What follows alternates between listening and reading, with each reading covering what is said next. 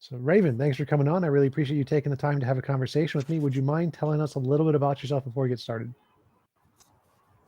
Sure. I am running for U.S. Senate 2022, Washington State. I am a progressive, aggressive challenger to the current Senator Patty Murray. She's done her time plus years, and I'm all about term limits. The thing that got me to run or triggered me to run most was the January 6th attack on the U.S. Capitol. I was mortified, terrified, and I wanted to get involved. And that's kind of my campaign in a nutshell. Besides term limits that I push for heavily, the idea is that I'm a Senate reformer. So you got to get democracy is an experiment. You got to get creative. I'm pushing for like term limits contract upon myself. And I'm also pushing for radical transparency, where if cops have to wear body cams, I'll be the first U.S. politician to wear body cams. We can talk more in depth on those topics, but that's just kind of a general summary.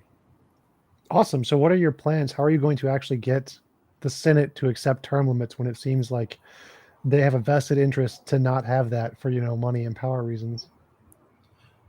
Yeah. So I have like two proposed approach. One is long, one short term. The long term is if I'm elected, I'll talk to all 530 members of Congress and try to keep hammering them like, hey, let that term limits pledge. The only issue is I feel like it's not enough. It doesn't have any enforcement, doesn't have enough teeth. And then the short term is Congress to impose term themselves. So I think that democracy is an experiment, creative, and this is America, and America loves contracts. Proposal to the constituent state is a term limits contract. Executive of Washington State, the governor, will co-sign it, and it will basically state, I'm ready to go to prison. And anyone else in the United States also this, hire somebody else before carry the torch. So, I think we've had too many long in office, and we're getting too complacent and comfortable. You get seeing things like this where overturned because you've had long-term politicians sitting there not taking action to prevent that from happening. So. Would a way to so I'm hoping others hear it and yeah, absolutely. Would there be a way to invoke term limits from the state level? Like, could a state impose term limits on the senators that represent them? Hey, can you hear me? Testing.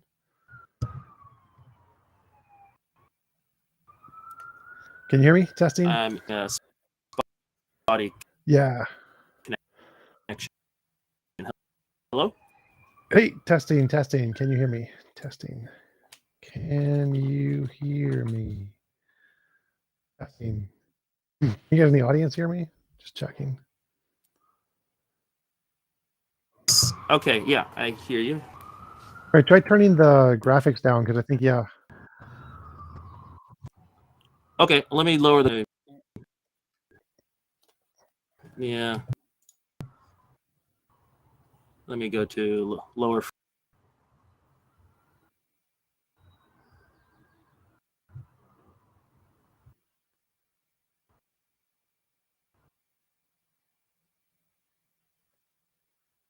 Are you still there? Can you hear me? Oh, now I went to like 0 connection.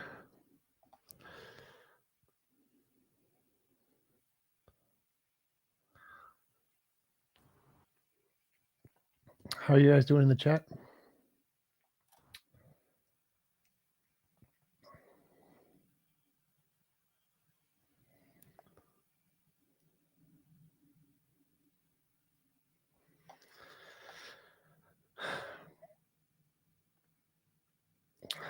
Esoteric from Twitch. How's it going? Same Esoteric from YouTube. Guy, we just had a conversation, I assume.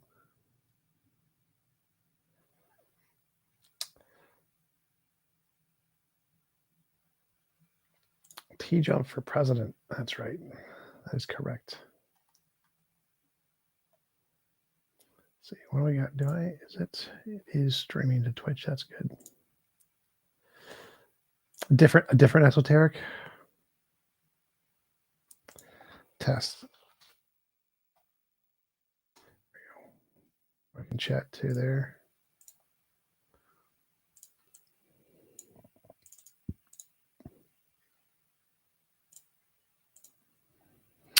Hey, can you hear me now?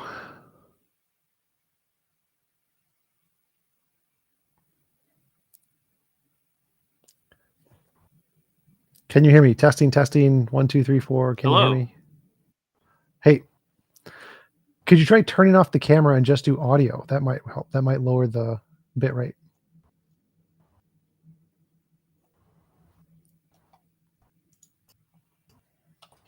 Turning off the camera and only do audio.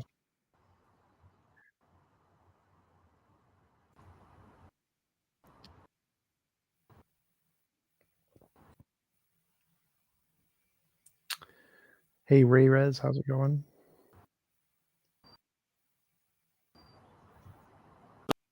Hello. Hey, can you hear me now? Like your connection is really shoddy right now. Try turning off the camera and just use the audio if possible. That might help.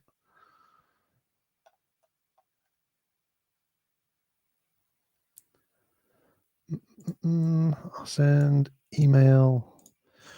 Jeff.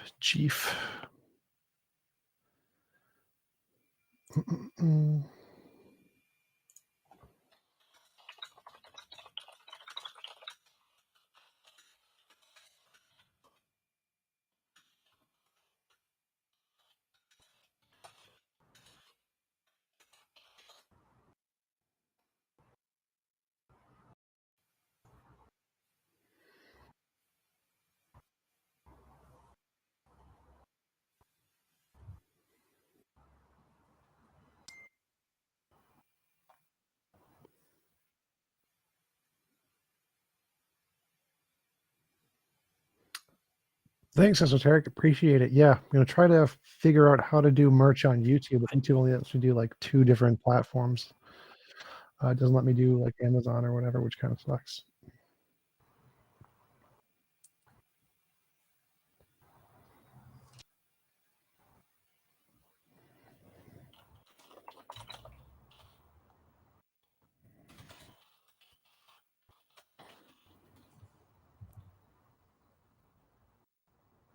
Oh, can you hear me now?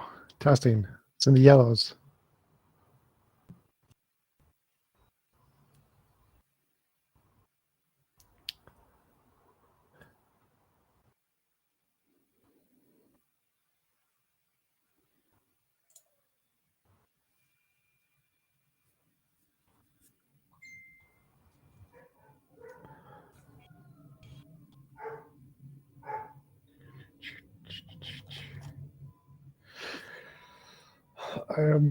Thank you, Esoteric. Appreciate it. Which design is it? The Intellectual Honesty in a State of Recline shirt? Yeah, I like that one a lot too. It's one of my favorites.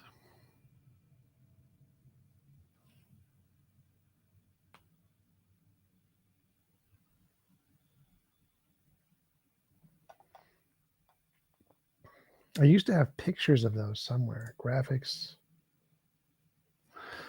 Go down. Work folder. Logos. T-Jump logos. Hey, can you hear me now? Testing. Testing. Can you hear me now?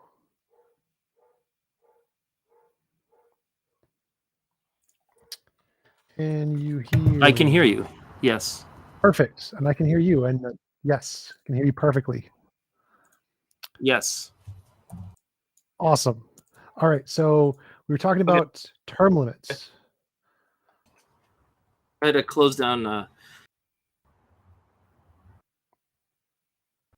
Okay, I can hear you. Cool. You're still breaking up a little bit, though. That kind of sucks.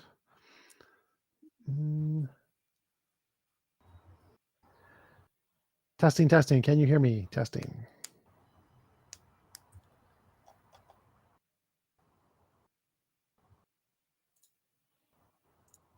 Testing. Can you hear me? I am talking.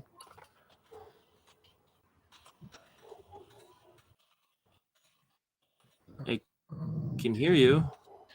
Use a computer. Yes, I can hear you. Okay, Ethernet cable.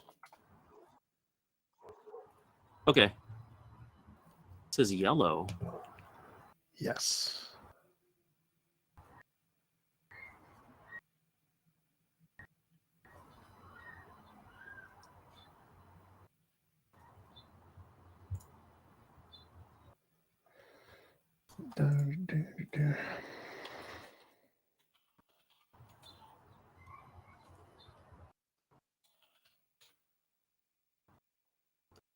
I think I still have a computer with an Ethernet cable.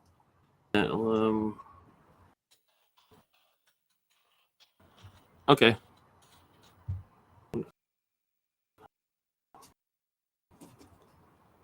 All right, I'll go look for one.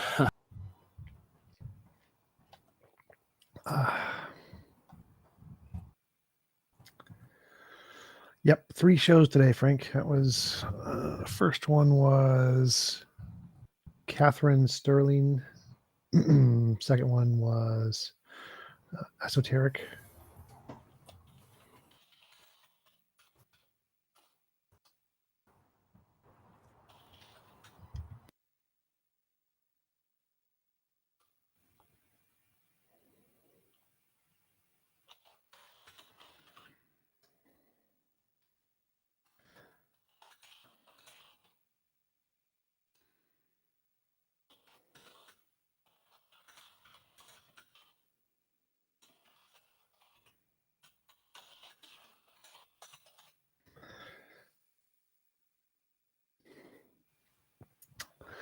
How are you doing, Frank? You weren't in the Discord.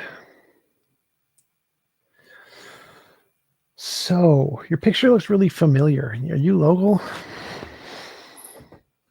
SoStar? What is SoStar? Is that an actual name? Hello, Jasper. H. Jasper E. I'm not opposed to having body cams on senators. I think that there should be a lot more transparency with politicians. So I wouldn't see that as a problem. A right winger would have a better connection. Tim West, T-Jump, any reaction to having Roe overturned? My position is that I think the Roe v. Wade position was kind of weak. I think that making it a privacy issue is less of a strong position than making it a self-defense issue. So I think that I hope that we can have a new Supreme Court case where abortion becomes a right because it's self-defense of one's own body.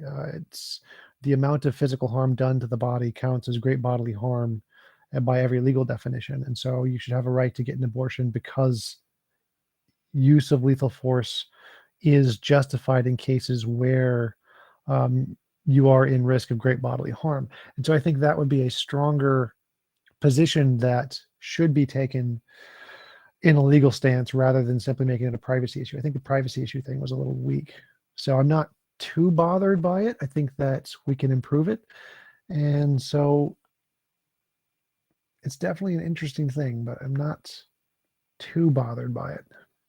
It's definitely going to be very uncomfortable for a lot of women in the Republican states for a while, which is going to suck.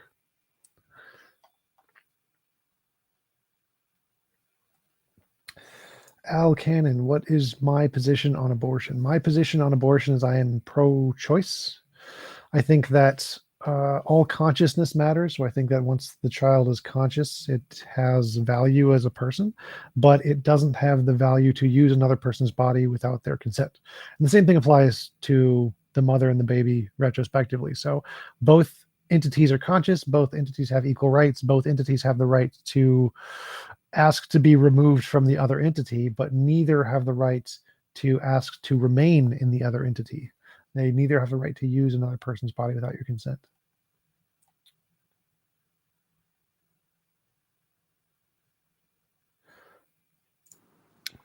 Hello. Hey, is it working now? Testing. Can you hear me? Yeah. Yes. Cool. So we were talking Yes. about term limits, and you were breaking up a little bit. Yes. Do you want to go over your position on term limits? And there's one sentence you said that you like broke up before and after. You said you're ready to go to prison. It was quite an awkward statement because you didn't get the context. So would you like to explain that a little more? So if we there's this common conversation, term limits happening, let's elect people to get them in office. There's that term limits pledge. People sometimes sign it, get elected, and then conveniently forgot. I want enforcement behind my word. So the idea is America's obsessed with contracts. Let's use contracts and in a creative manner. And I decided, well, I guess I should be more sacrificial in it. Like, I want seriousness. Like, I don't want to just like, hey, get me elected, term limits. I'll work really hard to work with all the other politicians to make a law happen. It's never going to happen in my lifetime because there's so much ancient inertia in Congress. So I thought, okay, why don't I just self-impose it on myself, lead by example, and hopefully it could maybe. And I don't even know the constitutionality of it, but now that things are going like shit show upside down in Supreme Court, it doesn't matter, right? So, and the other argument I've heard someone told me like, oh, that such a contract is unenforceable. I'm like, at the time I told them, hey, look, back then, a couple months ago, Texas abortion bounty hunting became legal per the Supreme Court. If that shit can be legal, why can't a self-imposed term limit contract on myself can? Right. So there, yeah. Yeah, absolutely. And is there a way to enforce term limits from the state level? Could the state Yes. make rights so that their senators must have term limits for their representatives of that particular state? Yeah. So, for example, I just learned in Washington State Supreme Court, they have term limits. Not the governor, which a lot of people have been griping about for Washington State. But yeah, it's spreading around the country at the local levels, like maybe like mayors, city councils, governors. It varies. There's probably this hodgepodge map. But it tells you a lot that if Congress thought, hey, after FDR died, we need term limits, but they just neglected it to impose it on themselves, that's very telling. And there's like Pew Research surveys that just said that are always pushing around 76 to 80% of Americans just they want term limits. And there's this side arguments I hear people like, well, that limits who I want elected to office. I'm like, no, we've learned. Why can't we just pick up on the harm that's been done, learn from that, and realize, yeah, we're going to impose these limits. It's sort of like the example, like, there's a book I've always thought about writing one day. It's called American Amnesia. And one of the chapters would be like, hey, stock buybacks. There was a historical known reason to block that shit. And then somehow 40, 50 years later, we got amnesia and we forgot. So that's the same way with term limits. Like, maybe one day it'll be legal and a law, but I'm worried down the road again people will forget, get amnesia, and then overturn it. So I think it's almost cyclical in the U.S. now. For sure. There's a lot of policies like that where Americans have a majority consensus that they want something like term limits or legalization of marijuana or legalization of abortion. But it seems like even though there's a majority who want those things, the politicians aren't in line with that or don't pass policies to adhere to the public what their whims are. Why do you think that is? Why do you think that because even though there's such a huge minority, it's not enough to encourage the politicians to actually do something to enforce what the majority wants? There was a Supreme Court case around 1970, Valero. I wish I could remember the exact, but it was something versus Valero, and it was campaign finance. and then it snowballed later with Citizens United, where it was an unlimited amount. The other one was more one is free speech, and the other one was let's boost the number of how much free speech means. So um, that's where the crux of everything started falling apart. It's just the money infused legal corruption that we've brought upon ourselves, and or at least the leaders in power have allowed it. And I've had arguments with people who said that, well, America's not as corrupt. I'm like, yeah, because we just made it legal. There's a big difference between what's legal and what's justice. And I always laugh sometimes when I think about we have this department called the Department of Justice. I'm like, no, it should be the Department of Law of the United States. It's not really justice, but um, and the thing I can always say is like Dungeons and Dragons. You know that character alignment chart, good, neutral, evil, and lawful, neutral, chaotic. A lot of the things that happen in the United States is lawfully evil, and there's a lot of bootlicking bastards, assholes out there who are like, yeah, it's lawful because it's the law. I'm like, that doesn't mean it's good or moral. It just happens to be codified, but it's not good.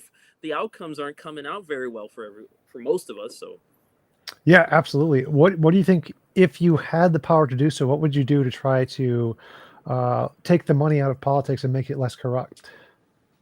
oh, so yeah, that leads to my other thing of Senate reform when I'm in office is radical transparency. I'm going to borrow from, I think it was a billionaire. His name was Ray Dalio. Yeah, that's his name, Ray Dalio. Not that I'm encouraging like all billionaires are good. There's some degrees of niceties in the crowd, whatever.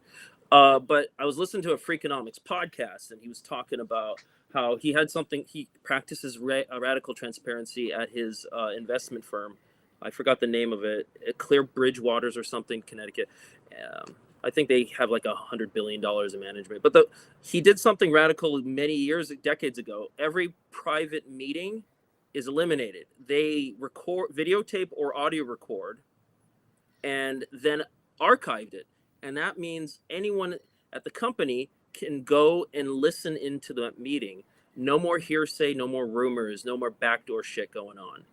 Because like you miss, you're at work, you miss a meeting, and then you ask your coworker. Now you don't know what happened. You got the spin version of that meeting from their interpretation, and then rumor. So I thought that was kind of mind blowing for a company to do that. And then when I decided to run, I thought, okay, the worst thing I hate is the secret backdoor meetings with the lobbyists, and I had to get creative. What could I do? I mean, like getting the money out is going to be super difficult.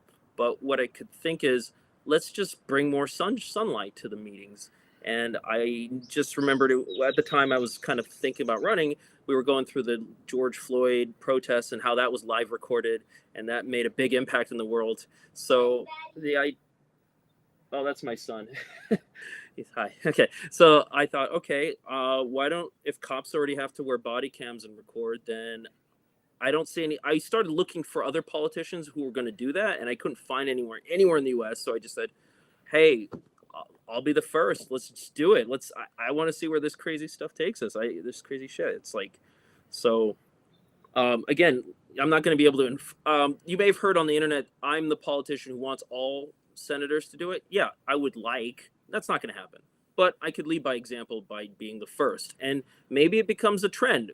You know, a lot of like, I guess fashion, not saying fashion, but trendsetters, they're always doing something painful, and this is it. So Yeah, you mentioned painful because it seems like if you do that and act as a model example, it seems like the lobbyists and the people who it would be the most beneficial to record are probably going to like black box you and say, well, because he's doing this, we can't help or participate with him at all. And it seems like it's going to set you back at a huge disadvantage to other politicians who have this very underhanded way to gain a massive advantage in the political landscape.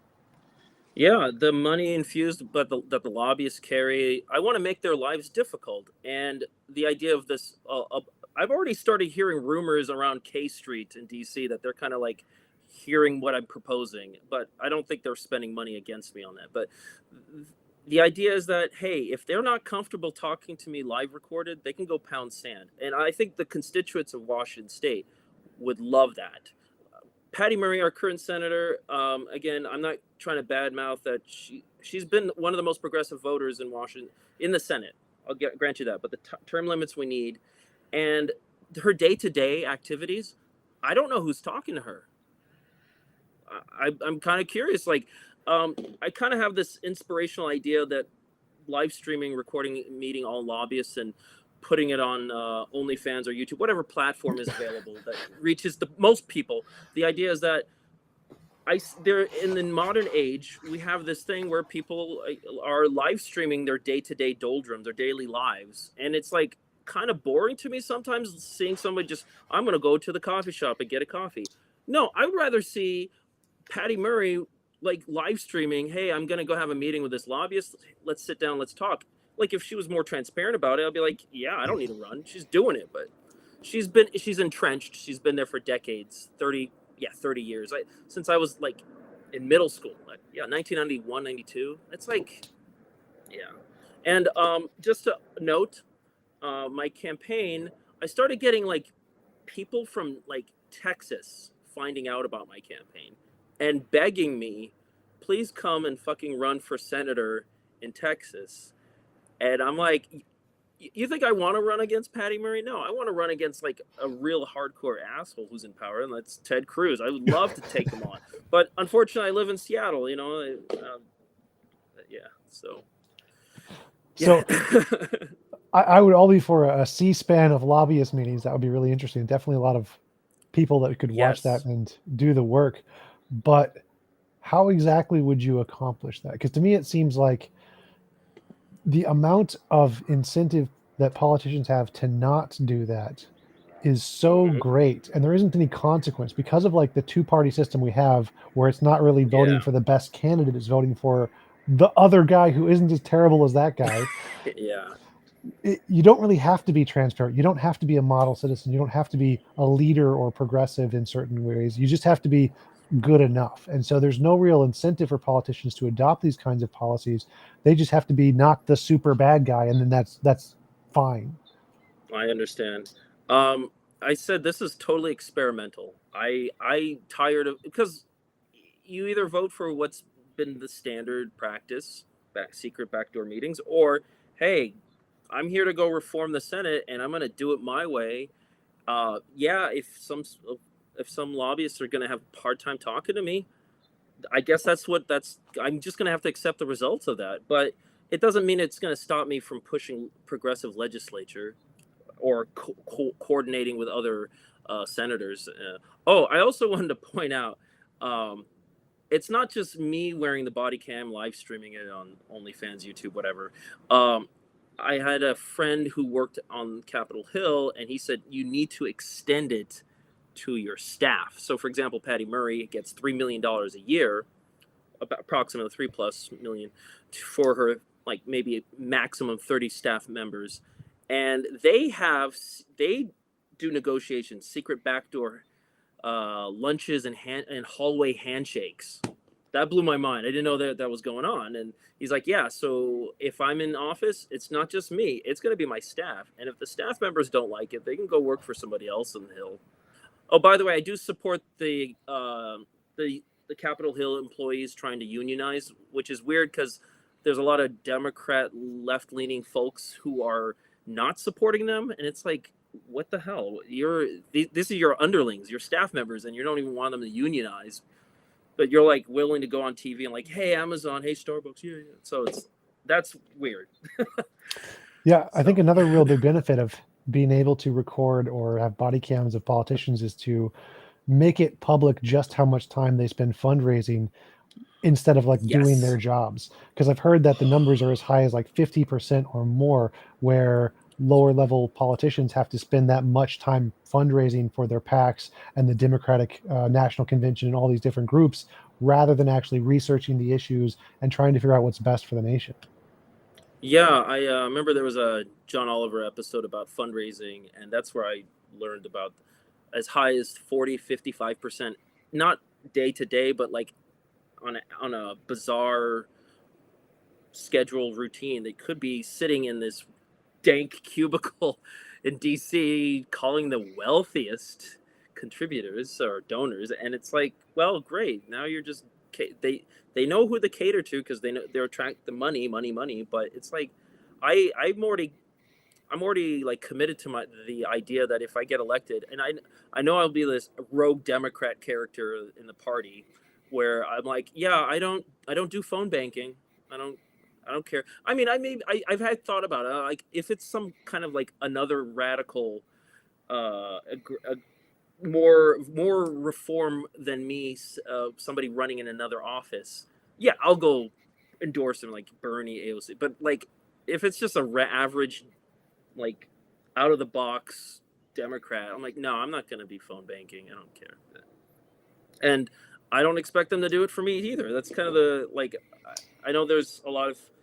I've heard some talk. Others wanted to like, hey, we'll help you phone bank, and I'm like, I don't want to like bother people in their dinner time, and I don't want to bother rich people for money either. That's just not. That's not the democracy I want to participate in. Go for more Bernie Sanders route where you get just funding from the masses. Yeah, totally grassroots. Speaking of grassroots, in our campaign during the Washington State campaign, you hear Patty Murray last year she had 5 million in the war chest, just sitting there.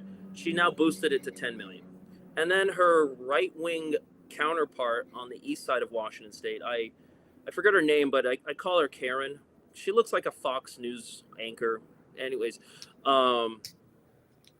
she raised 5 million, and it's like I'm sick and tired of corporate Republicans and corporate Democrats. They keep getting elected, and we're always wondering why is everything shit. Well, you keep doing the same shit over and over again. So, yeah, for sure.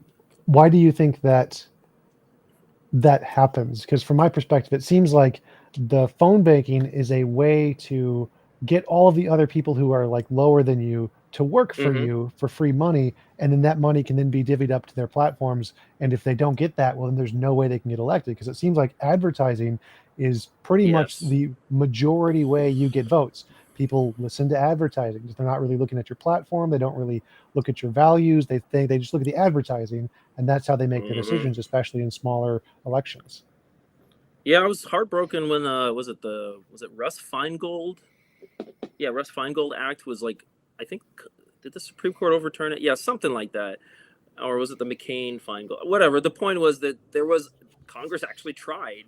Bravo. And the Supreme Court's like, no, that's violating free speech and campaign. So the campaign finance reform is paramount. It needs to happen, and it needs to be protected. But I'm worried. I'm just frustrated that the Supreme Court, it keeps finding reasons that no, we can't be doing that. Like they don't. I think the Supreme Court has a great function to be like very principled. I admit, but they kind of like ignore. I would say the current Supreme Court's like, let's ignore outcomes. Like that's why, like recently there was that Senator Coburn or something. Hey, let's overturn Plessy Ferguson, but the Supreme Court back in the 60s and 50s, 70s, no 60s, 70s, they were like, oh, hey, the outcome isn't working the way it would separate and equal. Holy shit, So like, I feel like the Supreme Court today is too principled, and they just need to take in more information and more data. I'm a data scientist, and technically, I'm going to say this with ignorance, I may be the first data scientist running for U.S. Senate.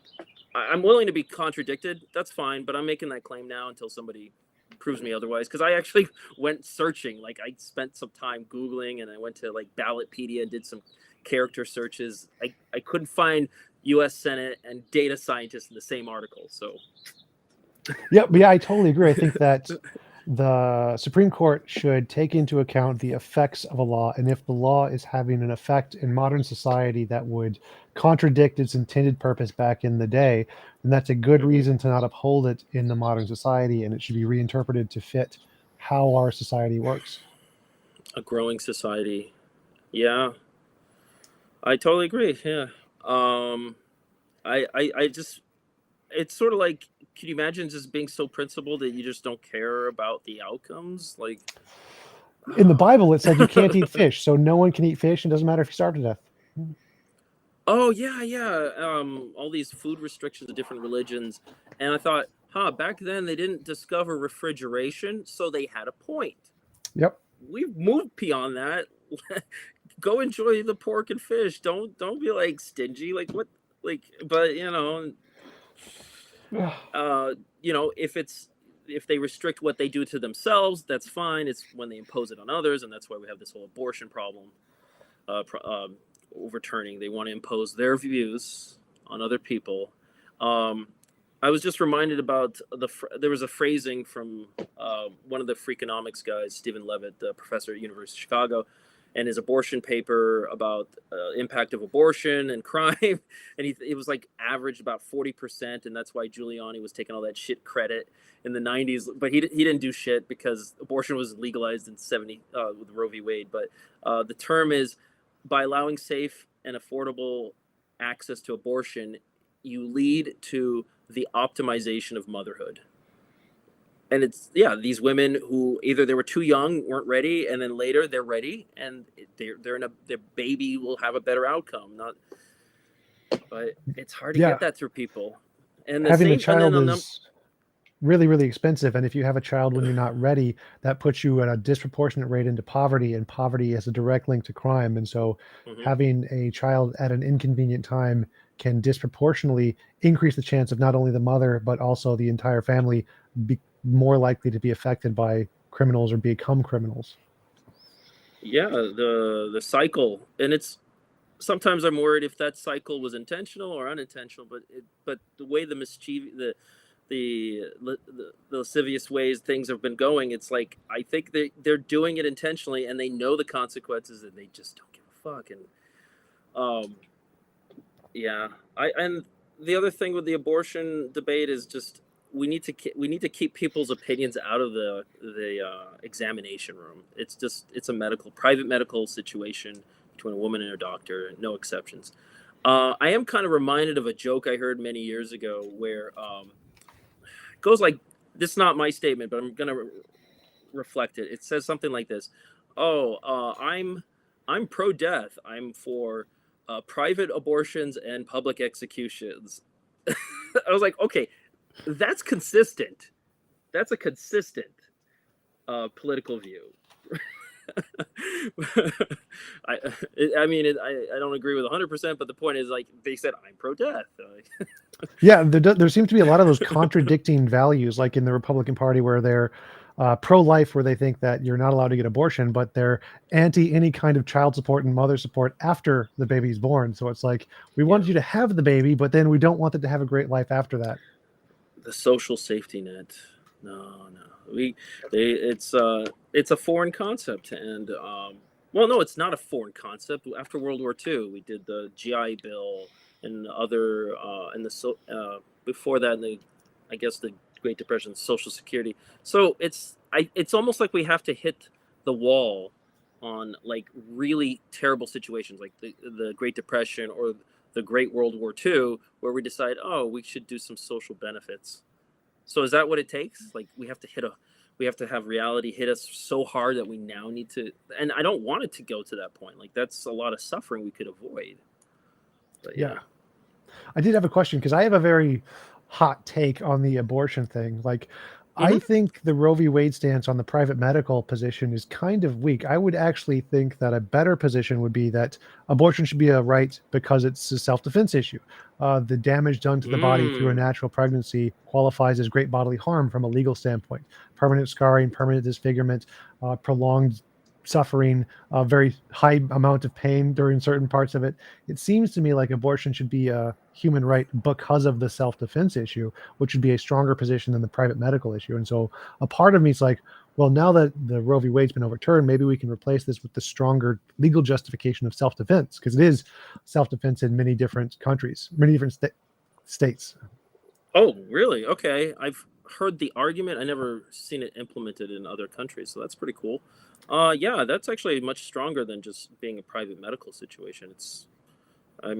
Self-defense with guns, which we just love guns, but self-defense, especially in terms of rape. Like, a woman was raped. She needs to defend her body from the consequences of a rape-induced pregnancy.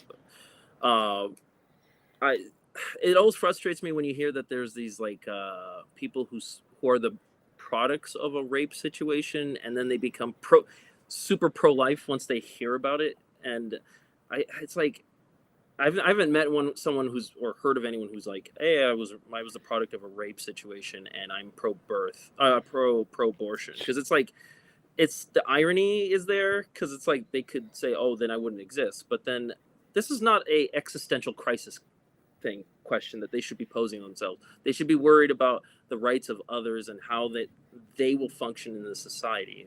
But I digress. Yeah, absolutely. What is your position on the inflation thing? Inflation going on right now. So, in my past, I would admit when I was a young college and very naive and impressionable person, I had this idea, oh, I'm a progressive libertarian and we should audit the Fed and Ron Paul, blah, and there is merit in it, but that's this whole private banking system that controls interest rates to offset inflation, and it's a black cabal, and we don't know what's going on in the what do you call it, the not marching, but like protest, audit the Fed, audit the Fed.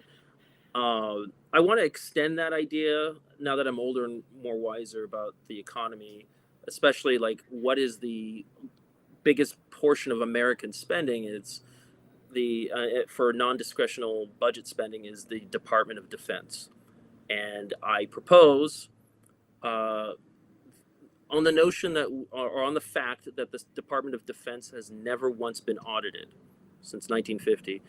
John McCain, before he died, that was like one of his dying wishes, was to get the Department of Defense audited. It is approaching an 800 billion, nearly $1 trillion, and it's a budgetary black hole in our spending. And so I'm not the only one who thinks this is a bad idea. Like I said, John McCain, there was a senator from Hawaii, Angus King, independent senator from Maine. He's also a big fan of this. There's like about 5, 6, or 10 senators on board. But anyways, it pisses me off. This is totally irresponsible, reckless system of spending. Other departments have to go through audit. The Department of Education, Health, they're all audited. DOD, no, magical black hole. Just keep sunking that money. Let's reach $1 trillion one day. So the proposal is, let's freeze the budget at some year, let's say 2019. And then as a result, it's a failure to audit penalty. So we're going to penalize you for 10%. And that 10% will go to the desperately needed hospitals, the VA hospitals, and a cash payout to the veterans and their families until the damn fucking Department of Defense finally learns to audit. If they can't audit, then this is just garbage. We just keep spending. And so that's why my long story about how I feel about inflation is where's our biggest spending issue? And we just keep ignoring it. And it's just terrible. Yeah, I know I could have talked about it. Yeah, go ahead. There's two really interesting things there. One is that I think we should just fund the IRS more, make the IRS audit the military, because there's thousands of stories you can just find about military waste and spending of just leaving millions of dollars of military equipment just lying around, or transporting useless weapons, or M1 tanks that never get used and they just go out of date and get put into a junkyard. There's tons and tons of examples of that. There's more reason to audit the Department of Defense than there is to audit like Google. There's tons of reasons to audit them. So I definitely I think that's a great idea, and I have not heard that before. So that's a unique idea that I've heard from you. It's just a great idea. I was just sitting looking because there's this I don't know if you've heard about it. It's called Death and Taxes. This graphic artist used to project on a giant poster how much we spend, and when you see the data visualization, there's this giant circle in the middle, the Department of Defense, and I thought, okay, that's going to keep ballooning because the way the system is, but the fact that it's never been audited, that was eye-opening to me. Like, I didn't know that. I thought that was like a joke when I was watching C-SPAN and one of the senators said that. It was at it was at Pat Shanahan. He was Deputy Secretary of Defense. It was his confirmation hearing. And he mentioned, hi, I have one goal. I'm going to audit the Department of Defense. It's never been audited before. And I thought, what? Is he joking? And I Googled and Wikipedia, and I was like, holy crap, he's right. Never audited. And it's like elephant in the room no one talks about. It's like, this is absurd. Like, I'm surprised I only learned it like 3 years ago, but all this time I thought, excuse me, my throat's getting dry. I thought that all departments had to get audited. And then on top of it, I have a story about a friend from, I would say, college. High school, but whatever. He ended up going to Iraq or Afghanistan, and he told me this story about how their mission was to deliver pallets of cash to the country, and then they never saw it again. They just show up in a transporter, land, and some people, shady people, show up, take the money, and disappear. And they would do this like once every 3 months, and the pallets were like at least $10-20 million cash. Just Wow. Oh yeah, if you need to get a drink, go ahead. Sorry, no, refill it's your great. drink. I'm So, enjoying this time. So So a question about inflation. So as researching inflation and its Yep. relationship to the Fed, the reason the Fed raises mortgage rates seems to be Yeah. to take money away from poor people. Like it seems like the Yeah. cause of inflation or the proposed cause of inflation is that people in the middle and lower incomes have more money saved. And so they're now buying more goods like milk and gas and whatever. And because they're Yeah. buying more goods, there's more demand. And so the price raises. And in order to combat that demand, the Fed raises money on mortgage rates to try to sap away the savings of the middle and lower income as the strategy for addressing inflation. And that seems like I understand the logic there. And it's really concerning to me that inflation is a result of people in need of money having more money than the government deems appropriate. Yeah. I want to add to that. There was something called the NRU or NAU. I forgot the term, but it was something like it's a base rate that the Fed determines inflation or predict inflation and determine interest rate based upon a pre uh, pre-acceptance of there's going to always be an unemployment rate. And the problem with this, I think it's a NAU, and I wish I remember the exact term, but the problem with it always presumed that a society cannot function unless you have unemployment. And there were times that we almost reach a pretty low number of employment, and the Fed was like, oh, instead of updating its theory or model, they just kind of like, well, the economy's wrong. And I was like, no, employment rate was really low. You should adjust your theory or correct it. You got to be very Bayesian about it. New input comes in, you should update your beliefs or not based upon new information. And they just didn't do that. And they said, well, yeah, we're just guessing. And so the Fed, even they're puzzled. They're just throwing shit on the wall, see what sticks. I know it'll come out fancy. Jerome Powell will talk like, but we don't know what they're thinking, and yeah, there's that notion, let's audit the Fed, but there's other things that we can easily audit better. And I like your idea about the IRS. Let's fund the IRS and have them audit the Department of Defense. And the other thing is that I saw this graph from the Fed. I think it was out of Chicago office or something, or Dallas, but whatever, or Wichita. It was like the interest rate last 60-70 years, and there was that spike during the early Reagan years where it was as high as 30%. And so it's weird if I look at that in that long tail or longitudinal view.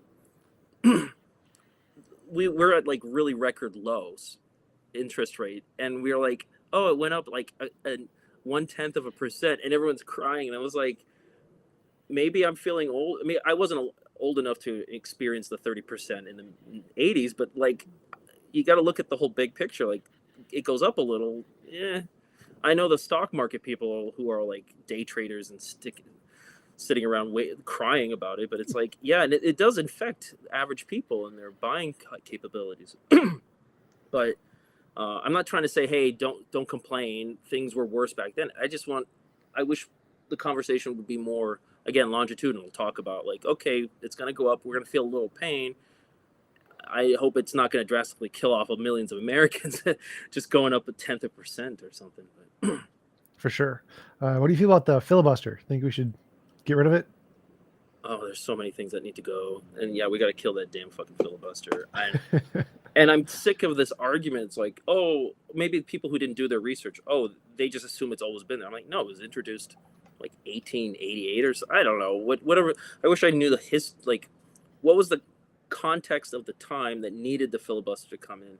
and I'd like to say it was Civil War, but I'm not sure. It must have been post Civil War, I think. But the idea that you just talk a lot and the bill is dead, like I don't understand that. Like, is there a time limit? Like, is that why? Like, I don't even know what the time limit is. Like, when somebody's like, "Hey, what's the filibuster?" I'm like, "Can you tell me how long they can talk?" Because I've seen outrageous story like Strom Thurmond from the South Carolina. He just read from the damn phone book. I'm like, that's irrelevant talk. Yeah, okay, maybe like something like that. Like if you really need to modify the filibuster in baby steps, incremental baby steps, they need to talk about something relevant. They can't just read from a phone book. But apparently that's legal as it stands. Like, and then the other thing is like, does the person even have to be physically present? They could just have a tape recording, right? Just tape record and just sit on the microphone and go have lunch. What's stopping them from doing the complete series of Harry Potter on audiobook? Or you ever type in like 10 hours of this audio sound on YouTube? Yeah, that could be played during a filibuster, like because there is no rules. It's just as long as the mic is on and that person that emitting sound, you know, like, so yeah, the filibuster is just garbage, and it's always used. And I think it's being exponentially used in a worst way possible, that nothing happens. And people are like, oh, and they like to blame left and right. And I can't remember, I think it was Vox. They did an analysis of who does it more. And it's just like, I think the conservatives use it a bit more. And then the Democrats just like react like a reaction, do it back and forth. And it's like, well, this is an uncontrolled amplitude just going out haywire. Like,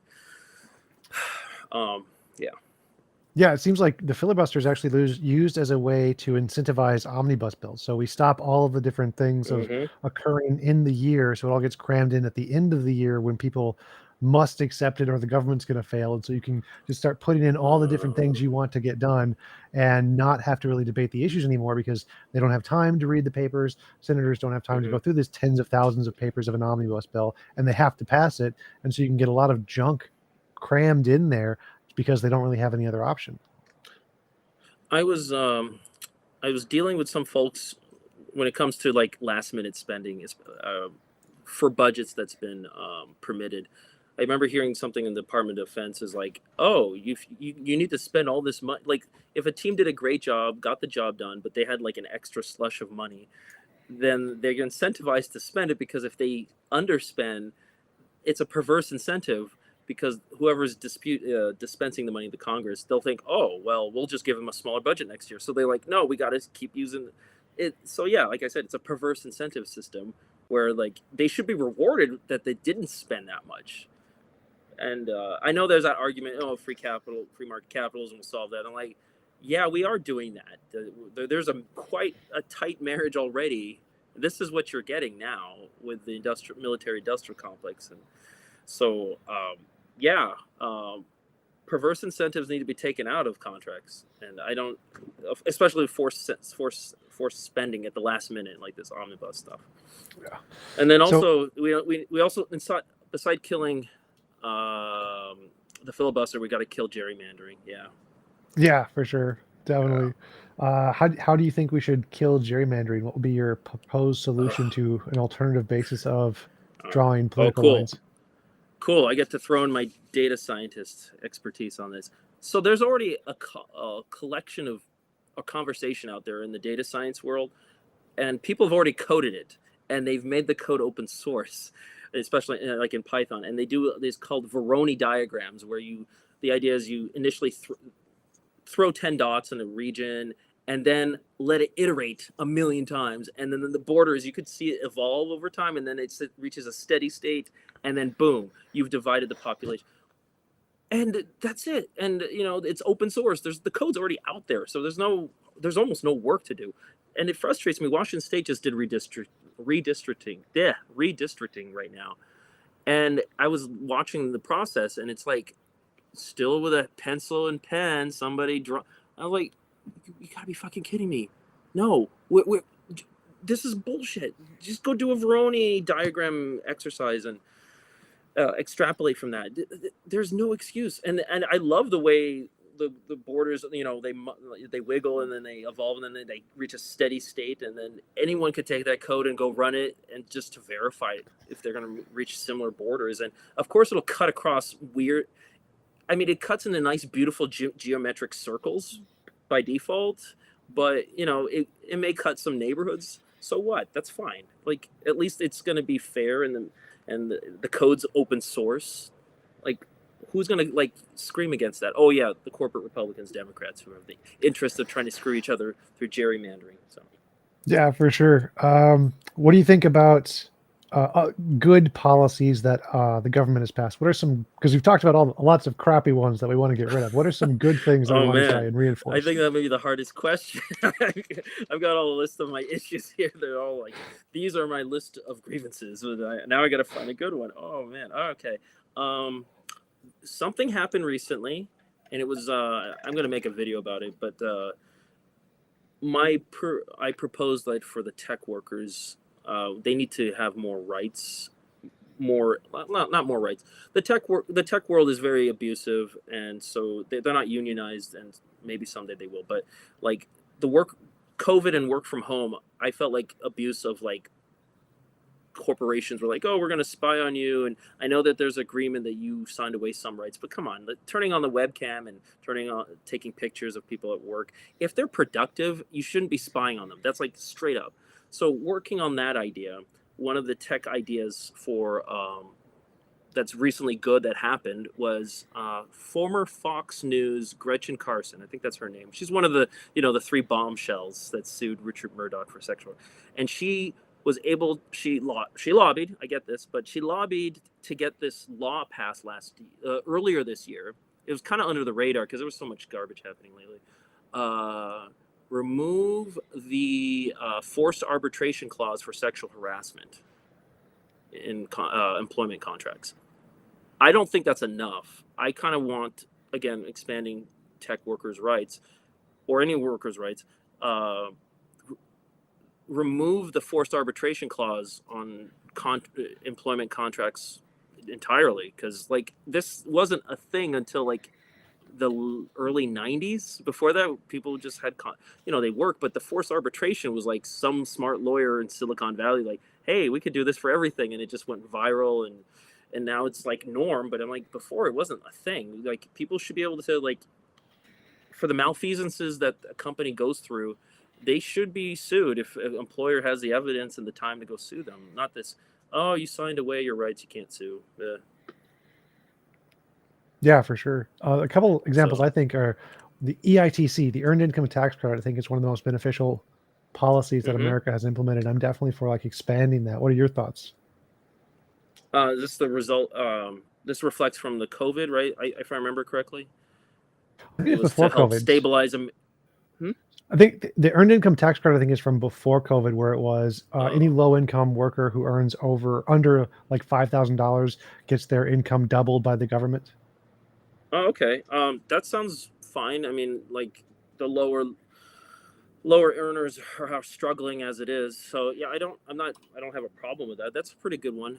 But I've always seen Republican pushback to get rid of these kind of benefits, right? So yeah, and that's one of the weird things is that even though we have hard empirical data that these benefits benefit pretty much every country that they're in, the EITC was the one that improved most or reduced the number of child poverty more than any other bill America has ever passed. And the fact that we can have this hard data that it has had these results, and even though we have this data, Republicans will go against it. I think that's a huge travesty where you can just reject hard data and effective policies on ideological grounds. I think that's terrible. Rejecting global warming because the Bible.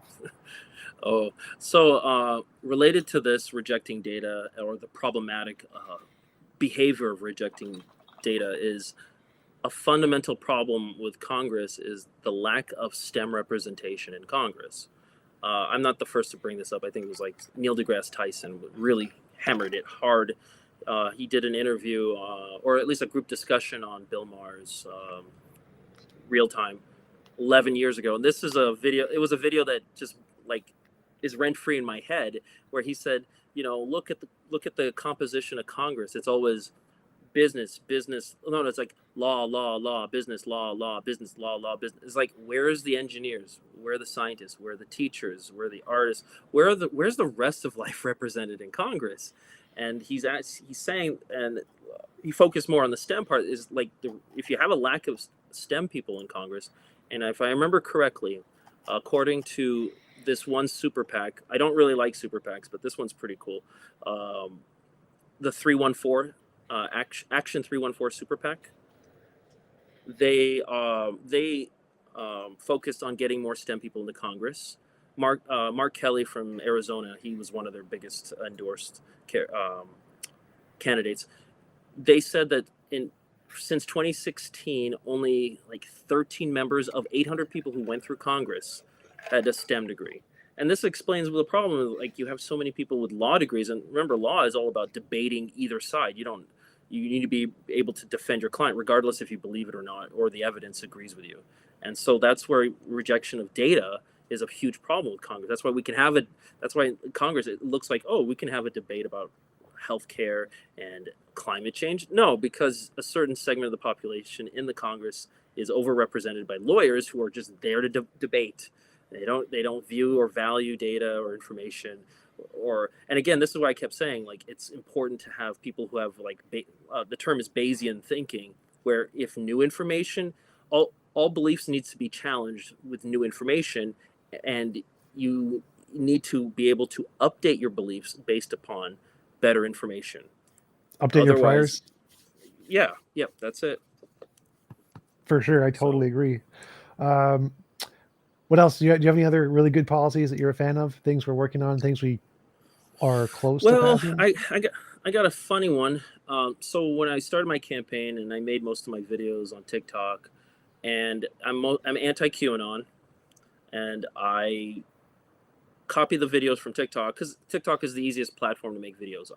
If I had to run for office like 5-6 years ago, and I had to make videos on YouTube, and I'd have to learn Adobe Premiere and editing. No. So I'm just fortunate that there's the easy technology to make videos. And my anti-QAnon videos I made on TikTok, I duplicated it on multiple platforms, YouTube, Facebook, whatever, Instagram. And then Instagram bans me. It was okay on the Facebook platform, but it was not good it was not acceptable on the Instagram platform. And again, these were against QAnon videos. So now I'm like, so is Instagram okay? Like, are they pro it? I got to ask this awkward question: are they pro QAnon?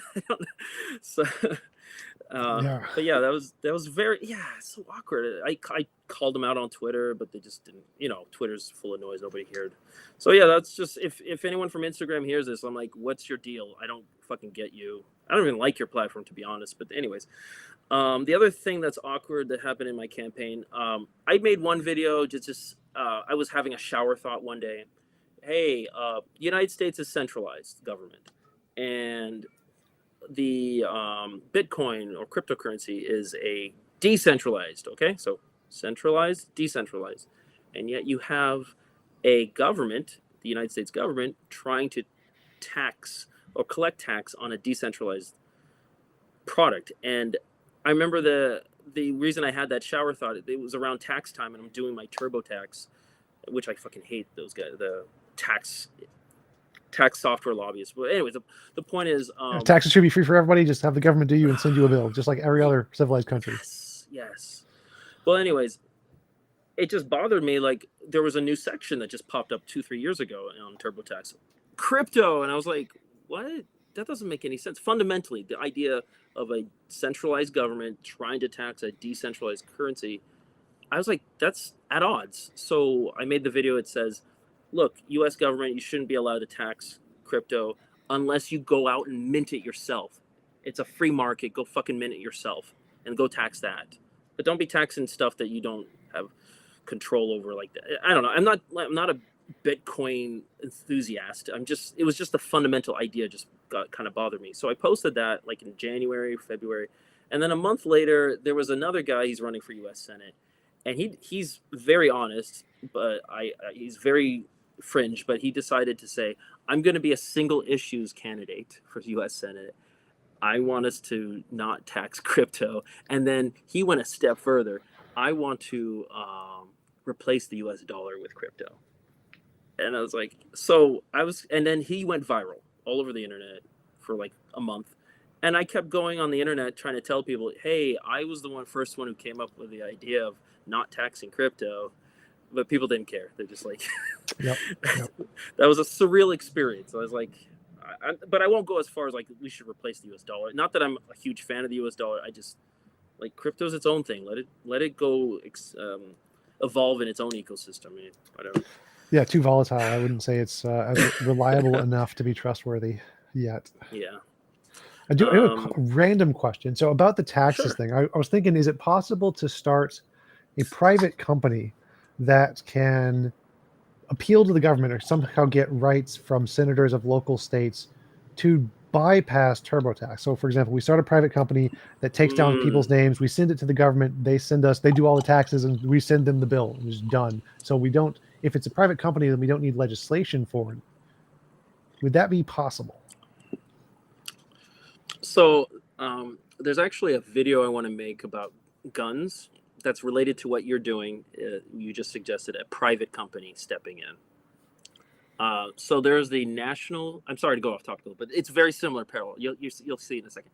The National Gun Trace Database, or at least archive, in West Virginia, and I saw a documentary about it. How, by law, by NRA lobbying, they're not allowed to digitize. So you have boxes and boxes of gun registration, gun purchases, and thousands of women in West Virginia flipping pages physically. So inefficient. As a data scientist, this hurts my heart. And one of the things as much as I shit on big tech companies and their overreach in the government and influence in America, not that they don't serve a purpose, it's just overreach. I thought, okay, hey, my proposal is, and you guys are the first to hear it, I haven't made the video yet. Hey, big tech, here's your chance to redeem yourself. I want you to voluntarily send out your best data scientists, machine learning, and data archivists, and create a collective tiger team. And you will offer a pro bono LLC to go to the fucking gun trace database or archives in West Virginia and digitize all of it, because you'll be a private entity and you're doing it pro bono for the U.S. government, and that would bypass the NRA led law restrictions where we can't have a digitized gun trace system. So it's parallel to what you're suggesting about taxes. Yeah, I like this idea. Thanks for bringing it up. Like, yeah, maybe we should have a private entity pro bono that isn't the government that will do this. That's great. Yeah, I think that's. We're thinking parallel but different topics. But yep. Yeah, the idea is like, if there's like, because I think there's some restriction with the taxes, but I'm not sure. But I definitely know about the gun trace database archive. Yeah, there's a law. They just cannot digitize it. It says, and if I read it correctly, the government shall not digitize it. So okay, so pro bono LLC from the big tech companies can come in and do it for free. It'll be good PR for them. Yeah, it seems like a great strategy. Like if we can undercut the legal lobby's agenda by just making a private company say, we're going to go the anarchist libertarian route, just do it privately. Haha. Yeah. But we've been going for about an hour. It was a great conversation. Really enjoyed having you on. Do you want to give links to where people can find you, find your work, find out more about your campaign? Oh, yeah. If you give me a second, I can put it in the chat. Should I do that? Sure. I can copy it and put it in the... All right. So...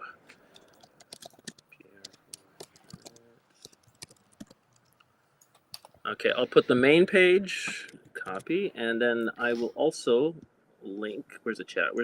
Is the chat on the side? Can I... or do I just private chat it to you? You put it in the private chat, and I'll put it in the chat, because I can stream it out to all the different sources. Because I'm streaming to 7 different sources right now. Okay, and one more. Oh, I also wanted to bring up one last thing. So, in terms of radical transparency, I decided to have every Friday at noon live office hours. Like, I used to be a grader in college, and you just come in and you come talk to me about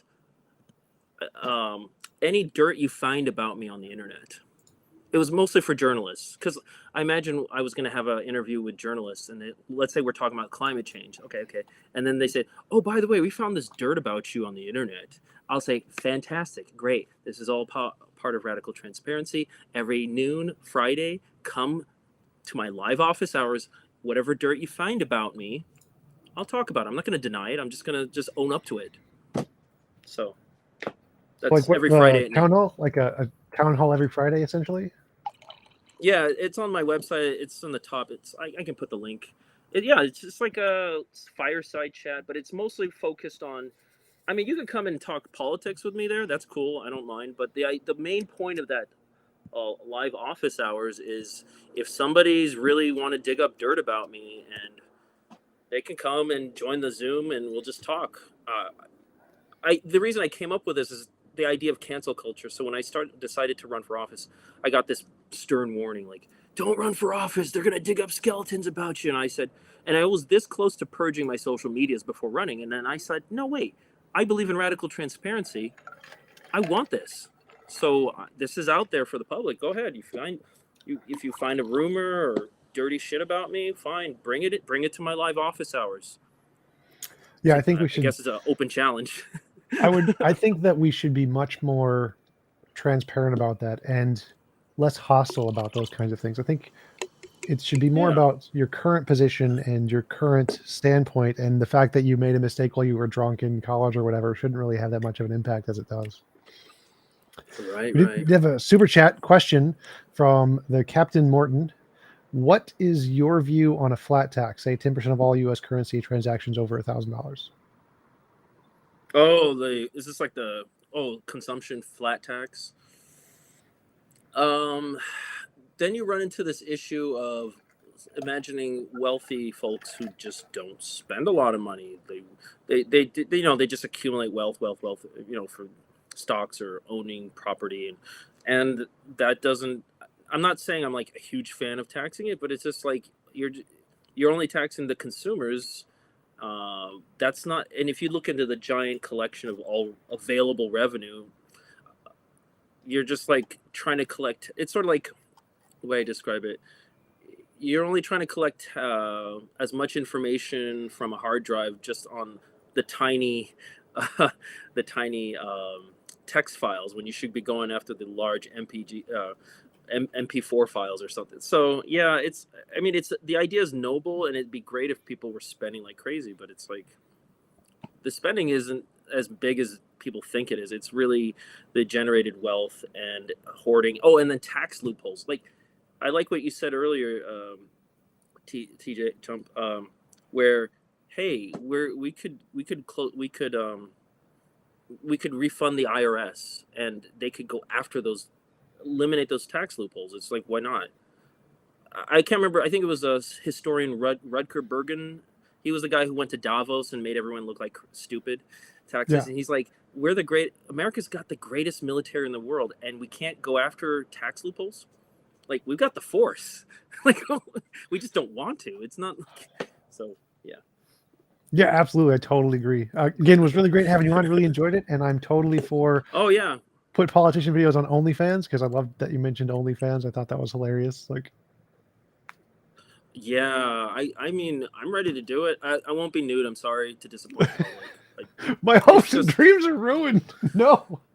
Yeah, that's what I live for, ruining everyone's dreams. But yeah, but the politicians, lobbyists, they need to be uncovered and bared. And if we, I could use the help. Let people know. If you know any other podcasts or people want to talk to me, spread the word. I'm word of mouth. I don't take corporate donations. So you could say I'm struggling because I didn't raise $1 million because I don't accept corporate donations. Yeah, no shit.